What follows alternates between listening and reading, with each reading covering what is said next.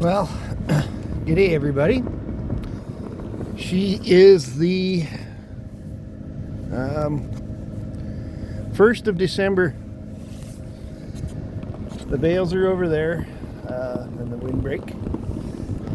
It's -8 today so far and warming up. And the calves, the yearlings, are out grazing in the grass with 3 inches, 2-3 inches of snow. So, am I happy about the way this is going? I'd have to say, yeah. I think this is going pretty good. I'm happy that they're out grazing. This balances their diet off of the higher protein stuff. I was looking at their manure yesterday, and I'll tell you what, it looks just about perfect. In a winter grazing condition, I mean, you're not going to have those sloppy wet pies like green grass, but you're going to have pretty decent moisture in them, and they're not standing up real tall. And I think that's about as good as we can get in wintertime conditions. And yes, they are getting water. See, they're sitting there watching me to see what I'm going to do first. Well, I'm going to check the bales first, because they're all going to follow me anyways. But I'm glad to see them out grazing on the grass.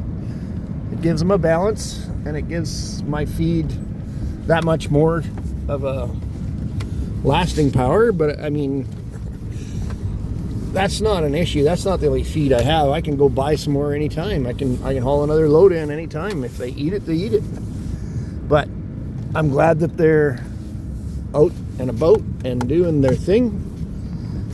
It's a pretty nice, like, we had -25s for the last couple nights and days, and that was pretty chilly. But I mean, we're in Canada. We're bound to get some of that. One of the things I guess I concern about is the wind, and that they get behind the windbreak, and I'm sure they will. They know where it is. They have been licking my mineral tub a little bit. It's been out here for 3 or 4 days, but I want you to take note, like, it's not pounded down around it like bare ground. They've been at it, but it's a supplement. It's more of a mineral supplement than it is a protein supplement, I think, because if they needed the protein, they'd be at it. But yeah, I'm still up in the air and on the fence on whether I'm going to fence any of these bales off. They are wasting very little. I mean, I would have thought the possibility of them tearing apart the bales and just annihilating them would be pretty high, and actually they're doing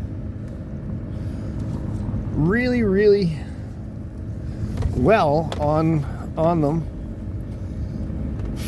for what I thought they would do. I mean, I'm not scared of there being a pretty good mat here. I couldn't care less. The microbes and the underground biology will take care of it, and in 2 years the grass will be growing through it.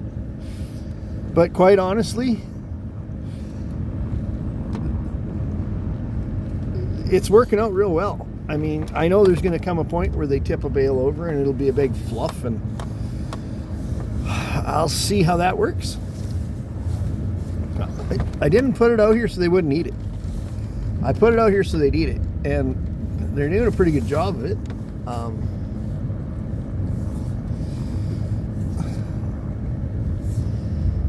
Like, they're not just making a mess.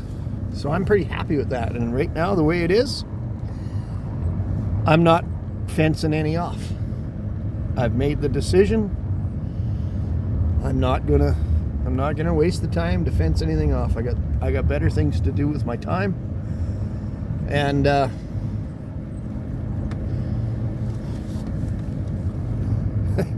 like, there's really not enough on the ground to call it good bedding. Like they're not taking that much off that it's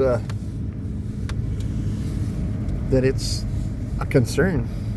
See, they stop by, they lick a little, but really they're more interested in me going and chopping their water hole. So I'm going to do that. I want them to have water every day.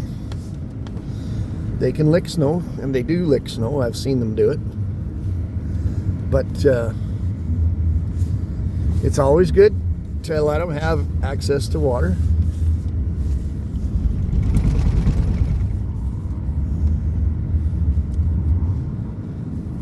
But I'm really happy to see them out and grazing and having a good day in the weather. They're at the tub there. So I'm gonna push you on pause, and I'll bring you back up to speed once I chop the hole, because I gotta have two hands, and I don't bring a tripod out here to do chores. So I'll put you on pause, and I'll bring you back afterwards. In the meantime, smash that like button and subscribe and comment. I'm going to put you on pause and be right back. Okay, we got the hole chopped, and of course they want water. They're not dying by any means. Excuse me.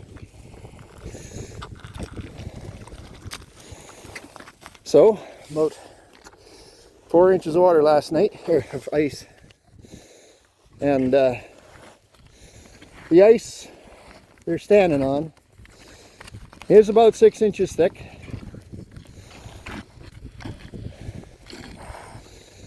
And probably gets a little thicker with them pounding around it, packing down the snow and whatnot, and then cold temperature drives it even deeper.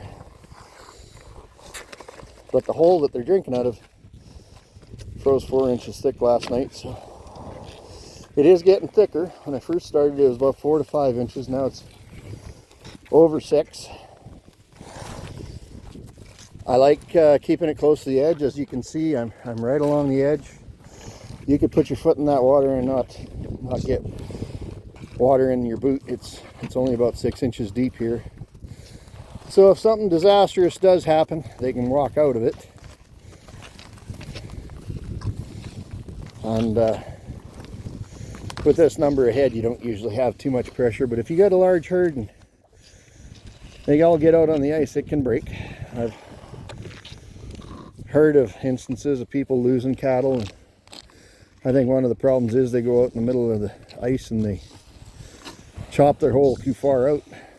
You got to start at the edge and work your way in and let the ice get thicker. And it's not optimum, but right now this is the way I'm doing it.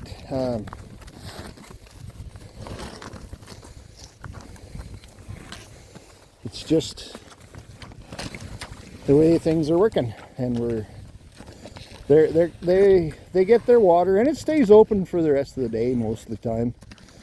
So if they want to come back and get more water, they can. Make sure you chop a big enough hole so that more than one of them can drink. Right now it looks like there's 4 or 5 of them that are drinking. If you went a little bit bigger hole, I could probably have enough room for them all to drink, but the one steer would just push them all away anyway. But yeah, there's like actually 6 right now that had their heads in there. So it's pretty decent. It's not optimum, but it's decent. It's just something that has to be done with chores every day, is you got to chop your water hole. It's no different than checking the water bowl and fixing it if it's broken. In fact, this is probably easier. And you know you're going to do it. You're prepared for it. These cattle are doing real good. I'm happy with their condition. After they tank up on water, they seem to really swell up like ticks after they leave that feed. So the feed's doing them good. They're doing good. I don't think they're losing anything. I don't want them to lose anything. I want them to maintain or gain, because they're still growing.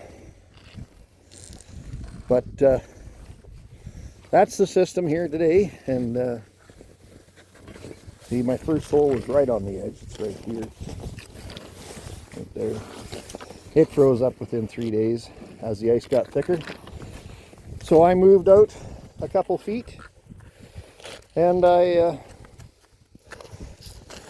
chopped it then, and this one's been staying open, but it's, like I said, it's not out in the deep either. It's only 6 inches. Now that's our watering system, for high-tech watering system for my big herd right now. If I have to, I can turn a solar pump on, but it's been pretty shitty days for solar. The last week we've had a lot of overcast days, and actually the last couple of weeks, but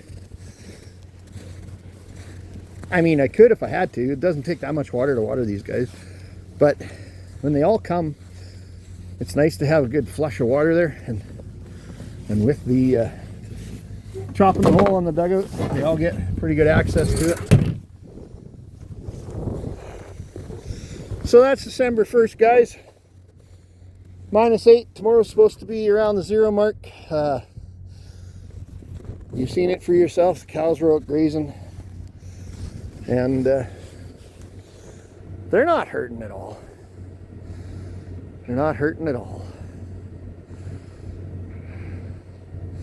Anyway, that's about it. Talk to you later.